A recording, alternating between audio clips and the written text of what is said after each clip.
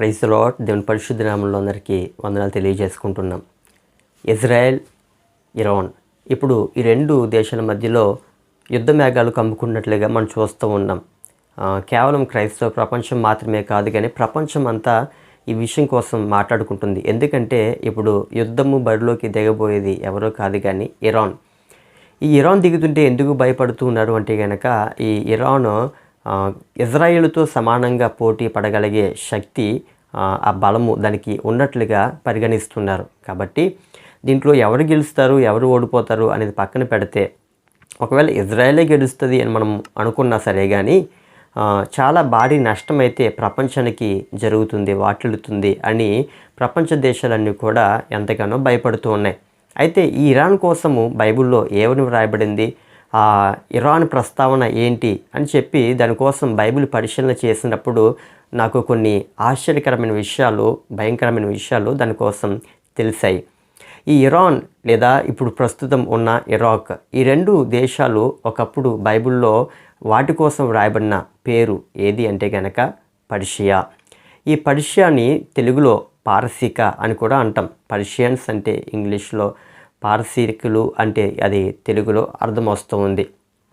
ప్రకటన గ్రంథములో, అదేవిధంగా ప్రవచన గ్రంథమైన దానియేలు గ్రంథం, ఈ రెండు కూడా అంత్యదినాల కోసం తెలియజేస్తూ ఉంటాయి. అదేవిధంగా యెహెజ్కేలు గ్రంథం 38, 39వ అధ్యాయాలు చూసుకుంటే అక్కడ కూడా ఈ ప్రస్తావన వస్తుంది. ఏంటి, అక్కడ జరగబోయే మూడో ప్రపంచ యుద్ధం ఏ విధంగా ఉంటుంది అనేది యెహెజ్కేలు గ్రంథము మాట్లాడుతుంటుంది.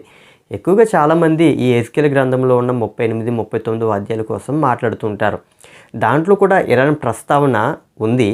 అయితే ఈ మూడో ప్రపంచ యుద్ధం యొక్క పరిస్థితులు, స్థితిగతులు ఏ విధంగా ఉంటాయి, ఏ దేశాలు పాల్గొంటారు, దాంట్లో ఎవరు గెలుస్తారు అనే విషయాలు బైబిల్ ముందుగానే ప్రస్తావన చేసింది. దానికోసం మనం మరొక వీడియోలో మాట్లాడుకున్నాం. అయితే ఈరోజు ప్రత్యేకంగా దేవుడు ఇరాన్ కోసం ఏమని చెబుతున్నారు, భవిష్యత్తు కోసం చెబుతున్న గ్రంథాలైన దానియేలు గ్రంథము, అదేవిధంగా ప్రకటన గ్రంథము ఈ ఇరాన్ దేశం కోసం ఏమని చెబుతున్నాయో మనం వాటిని చూద్దాం. ఈ పర్షియా లేదంటే పారసీక అనే పేరు దానియేలు గ్రంథంలో ఉంది అని మనం చూస్తూ ఉన్నాము. అది ఏ సందర్భంలో ప్రస్తావించబడిందో మీకు తెలుసా?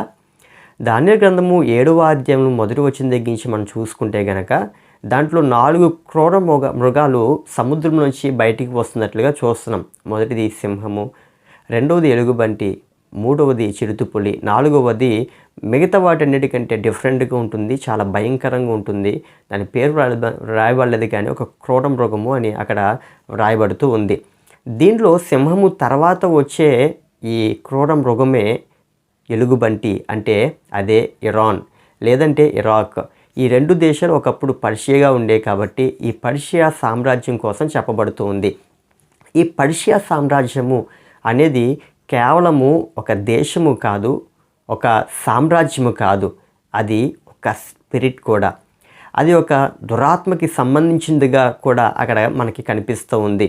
అందుకనే ఇది చాలా ప్రాముఖ్యతను సంతరించుకుంటున్న విధంగా మనకు కనిపిస్తూ ఉంది. చూడండి, దానియేలు దేవునికి ప్రార్థన చేస్తూ ఉంటాడు. 10వ అధ్యాయములో దానియేలు గ్రంథము ప్రార్థన చేస్తూ ఉన్నప్పుడు మొదటి రోజునే దానియేలు దగ్గరికి ప్రార్థనకి, ఆ విన్నపానికి జవాబు రావాలి. కానీ 21 రోజులు ఆలస్యమైంది. ఆ 21 రోజులు కూడా దానియేలు ప్రార్థన చేస్తూనే ఉంటాడు.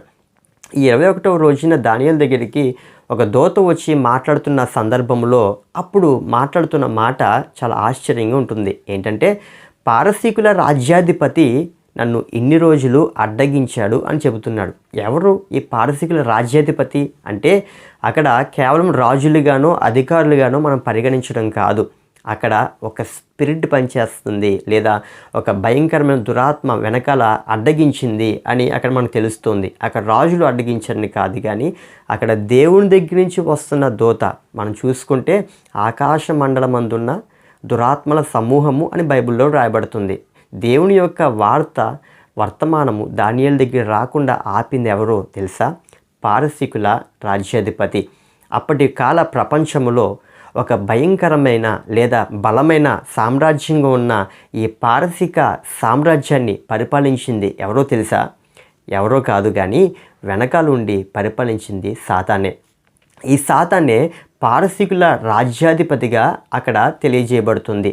అప్పుడు ఆ దూత వచ్చినప్పుడు దానియేలుకి చాలా విషయాలు అక్కడ తెలియజేస్తుంటారు. తెలియజేసిన విషయాలు అక్కడ పూర్తిగా రాయలేదు, కానీ ఇవన్నీ కూడా ఈ దినముల అంత్యకాలములో లేదా దినముల అంతమందు లేదా అంత్య దినములలో జరగబోయే విషయాలను నేను నీకు చెబుతున్నాను దానియేలు అని అక్కడ మాట్లాడుతూ ఉంటుంది. కాబట్టి దీన్ని బట్టి మనకి ఏమర్థమవుతుందంటే ఈ దినముల అంతమందు జరగబోయే విషయాలను దానియేలుకు అక్కడ ప్రస్తావన చేయబడింది. అది ఏ రాజు పరిపాలన చేయబడుతున్నప్పుడు అంటే పారసీకుల రాజు పరిపాలన చేస్తున్నప్పుడు ఈ పారసీకుల రాజ్యాధిపతి అయిన ఆ సాతాను దేవుని యొక్క దూత రాకుండా అడ్డగించి ఆ వార్తను తెలియజేయకుండా ఆపుదామని ప్రయత్నం చేసింది. కాబట్టి ఈరోజు ఆ వార్తను ఆపుతున్నది సాతాను. ఎందుకు ఆపాడు అంటే దాంట్లో ఏదో మర్మం ఉంది, దాంట్లో ఏదో సీక్రెట్ ఉంది. ఈ ప్రపంచానికి జరగబోయే ఒక పెద్ద భయంకరమైన విషయాలు వాటిలో ఉన్నాయి అని మనకి అర్థమవుతుంది. అది ఎప్పుడు జరుగుతుందంట? నీ జనమునకు అంటే ఇజ్రాయేలుకి జరగబోయేది, అదేవిధంగా అంత్యదినాలలో జరగబోయేది అంటే యేసుక్రీస్తు ప్రభుల వారి రాకడికి ముందుగా జరగబోయే విషయాలు అని అక్కడ మనకి అర్థమవుతుంది. కాబట్టి ఈ అంత్యకాలంలో జరగబోతున్న సమయంలో పారసీకుల రాజ్యాధిపతి కాలంలోనే పారసీకులు పరిపాలన చేసే కాలంలోనే పారసీకుల రాజ్యాధిపతి ఆపుతూ ఉన్నాడు. అంటే గనక ఈ ఇరాన్, ఇరాక్ అనేవి ఇప్పుడు ప్రస్తుతం ఉన్న ఈ దేశాలు ఒక భయంకరమైన రోల్ని పోషించబోతున్నాయి అని మనం అర్థం చేసుకోవచ్చు. ఇప్పటికిప్పుడే 3వ ప్రపంచ యుద్ధం రాకపోవచ్చు. నేను మీ కోణంలో మాట్లాడుతున్నాను. ఎందుకంటే చాలామంది దగ్గరికి వెళ్ళి దేవుని రాకడ రావచ్చు, ఇదిగో 3వ ప్రపంచ యుద్ధం రావచ్చు అని చెప్పి అంటుంటుంటే అప్పుడే రాదులేండి, ఇంకా సమయం ఉందలేండి అని చెప్పి అంటూ ఉంటారు. ఓకే, మీ ఆలోచనలో మీ క్యాల్కులేషన్ ప్రకారంగా ఇంకా సమయం ఉండవచ్చు, ఇంకా రాకపోవచ్చు. కానీ ఒకవేళ వస్తే ఏంటి పరిస్థితి? ఒకవేళ వస్తే కనుక ఈ 3వ ప్రపంచ యుద్ధము ప్రారంభించడానికి ముందుగానే దేవుని యొక్క రహస్య రాకడ అయిపోతుందనే విషయం మీకు తెలుసా? ఇప్పుడు ఈ ఇరాన్ కూడా బైబిల్లో ఒకప్పుడు సీక్రెట్గా ఉంచాలి, లేదంటే ఈ వార్త దానియేలుకు తెలియకుండా ఆపాలి అని సాతాను ఎంతగానో తాపత్రయపడ్డాడు. దేనికోసం తెలుసా? ఇప్పుడు జరగబోతున్న విషయాల కోసమే. అంటే అవి ఎంత భయంకరంగా ఉండే విషయాలైతే వాటిని ఆపడానికి సాతాను ప్రయత్నం చేస్తున్నాడో మనం అర్థం చేసుకోవచ్చు. అలాంటిది ఆ ప్రవచనం నెరవేరే కాలంలో మనం ఉన్నాం. ఈ ప్రవచనం నెరవేరడానికి సూచనలన్నీ మనకు కనిపిస్తూ ఉన్నాయి. సూచనలు కనిపిస్తున్నప్పటికీ ఇంకా టైం ఉందిలే, ఇంకా సమయం ఉందిలే అని చెప్పి మనం గడిపేస్తుంటే ఏ విధంగా? దేవుని యొక్క వాక్యం సెలవిస్తుంది. సువార్తలో దేవుడు అంటాడు, దేవుని రాకడ ముందు జరిగే సూచనలో యుద్ధములను, యుద్ధ సమాచారములు, ఇంగ్లీష్లో అయితే రూమర్స్ ఆఫ్ వార్స్ అని చెప్పి ఉంటుంది. అంటే యుద్ధాలు రాబోతున్నాయి అనే పుకార్లు పుడతా ఉంటాయంట. పుకారు అంటే ఏంటి? కొన్ని జరుగుతున్నాయి, కొన్ని జరగబోతున్నాయి, కొన్ని జరగవచ్చు, కొన్ని జరగబోవచ్చు, అవే పుకార్లు. కాబట్టి ఇప్పుడు దేవుని వాక్యము ఖచ్చితంగా మన జనరేషన్లో మనం చూస్తున్నాం. ఏమని అంటే గనక యుద్ధాలు, యుద్ధ సమాచారాలు, వాటి కోసం ఎప్పుడైతే మీకు ఎక్కువగా వినిపిస్తూ ఉంటాయి, రాజ్యం మీదకి రాజ్యం లేస్తూ ఉంటుంది, అవన్నీ మన జనరేషన్లో చూస్తున్నాం. కాబట్టి దేవుని రాకడ యొక్క సూచనలు ఇక్కడ మనకి తెలుస్తూ ఉన్నాయి. కాబట్టి మనం ఏం చేయాలి? ఈ సందర్భంలో దేవుని రాకడకు సిద్ధపడాలి. మనం సూచనలు చూస్తూ కూర్చుంటే కాదు. యుద్ధాలు జరుగుతున్నాయి, రాజ్యాల మీద రాజ్యం లేబోతుంది, ఇదిగో చంద్రుడు ఎరిపోబోతున్నాడు, సూర్యుడు నలిపోబోతున్నాడు అని వీటి కోసం కూర్చొని వాటి కోసం మాట్లాడుకుంటూ ఉంటే మాత్రమే కాదు. ఇది మనం సిద్ధపడవలసిన సమయం. వాటి కోసం మనం తెలుసుకుపోయినా దేవుని యొక్క రాకడ చాలా దగ్గరగా ఉంది, నిమిషాలు, సెకండ్లో మాత్రమే ఉంది అని మనం అర్థం చేసుకొని దేవుని రాకడ కోసం సిద్ధపరచబడాలి. ఒక భక్తుడు ఈ విధంగా అంటాడు, దేవుని యొక్క రాకడ రావడానికి 50 సంవత్సరాలు ఉంది అన్నట్టుగా నా జీవితాన్ని ప్రణాళిక చేసుకుంటా. అంటే ఏం కావాలి?